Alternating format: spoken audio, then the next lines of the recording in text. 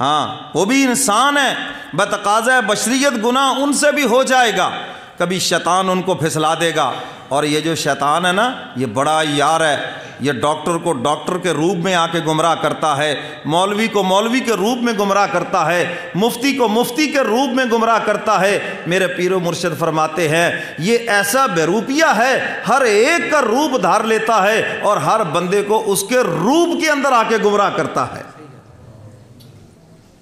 اس کی سازشوں کو سمجھنا، اس کے وسوسوں کو سمجھنا کوئی آسان کام نہیں ہے۔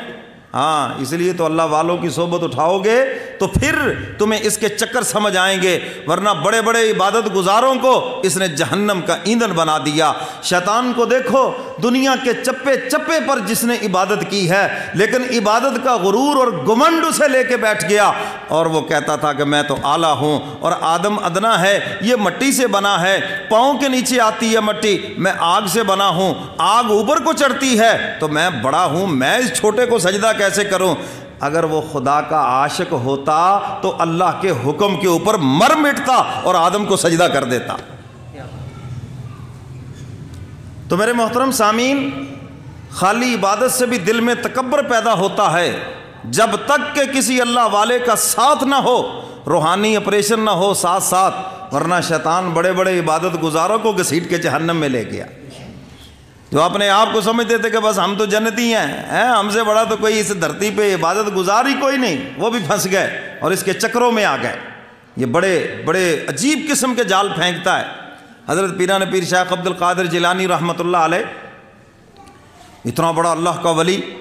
باہر نکلے تو اوپر دیکھا ایک بدلی سایہ کیے ہوئے، اور اس سے آواز آئی کہ عبد القادر جاؤ، آج تم سے نماز معاف ہے، تمہیں نماز معاف ہے۔ وہ تھے پہنچے ہوئے انسان، وہ تھے کامل انسان، فوراً فرمانے لگے لا حول ولا قوت الا باللہ العلی العظیم، اور نماز تو میرے نانے مصطفیٰ کو معاف نہ ہوئی، میں کون ہوں؟ آخری وقت حضور کے پاؤں مبارک زمین پہ گھسڑتے آ رہے ہیں، اور حضور مسجد نبوی میں نماز ادا کرنے کے لیے تشریف لا رہے ہیں، صحابہ کے کندھوں پہ ہاتھ ہے، تو عبد القادر جیلانی کون ہے جس کو نماز معاف ہو جائے؟ چونکہ وہ کامل تھے نا، اور آج کا کوئی ناقص ہوتا، ویکھو جی ہن تے اتوں بھی آوازاں آ گئیاں نے جی، ہن تے مان لو،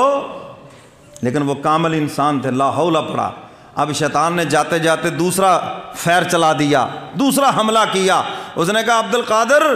بڑے بڑوں کو میں نے اس مقام پہ لا کے پٹخ دیا اور ان کو جہنم میں دھکیل دیا، آج تجھے تیرے علم نے بچا لیا ہے۔ ساتھیوں سے کہنے لگے دیکھو دوسرا حملہ کر دیا، فرمایا مجھے میرے علم نے نہیں بچایا، مجھے میرے اللہ نے بچایا ہے،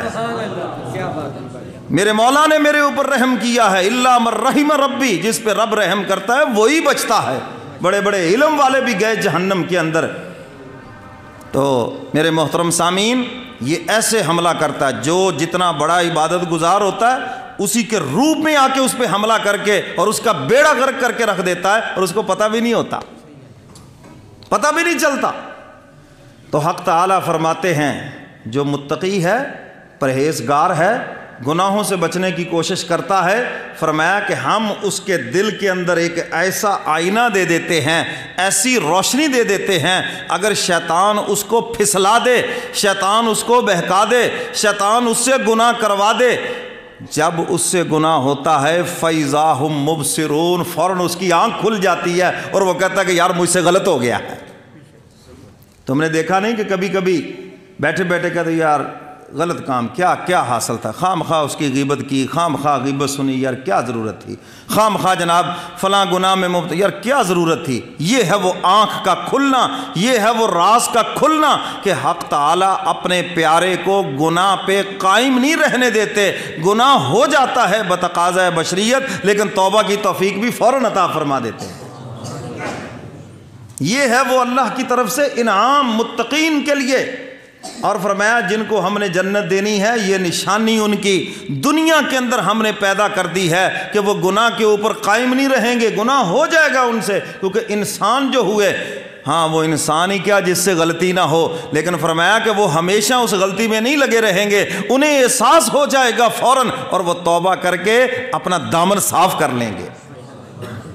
حضرت تھانوی رحمۃ اللہ علیہ سے کسی نے کہا حضرت تقویٰ سے رہنا تو بڑا مشکل ہے، تقویٰ کی زندگی تو فرمایا تقویٰ کی زندگی تو بڑی آسان ہے، اور فرمایا تقویٰ سے رہنا تو باوضو رہنے سے بھی زیادہ آسان ہے۔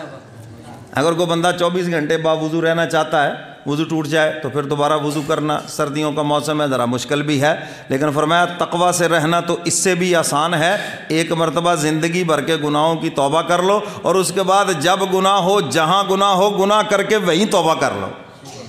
اور فرمایا جب تم توبہ کر لیتے ہو تو جو پیوند ٹوٹا تھا وہ پھر جڑ گیا ہے، اور میں تمہیں قسم دے کے یقین دلاتا ہوں کہ اللہ نے تمہیں معاف بھی کر دیا ہے۔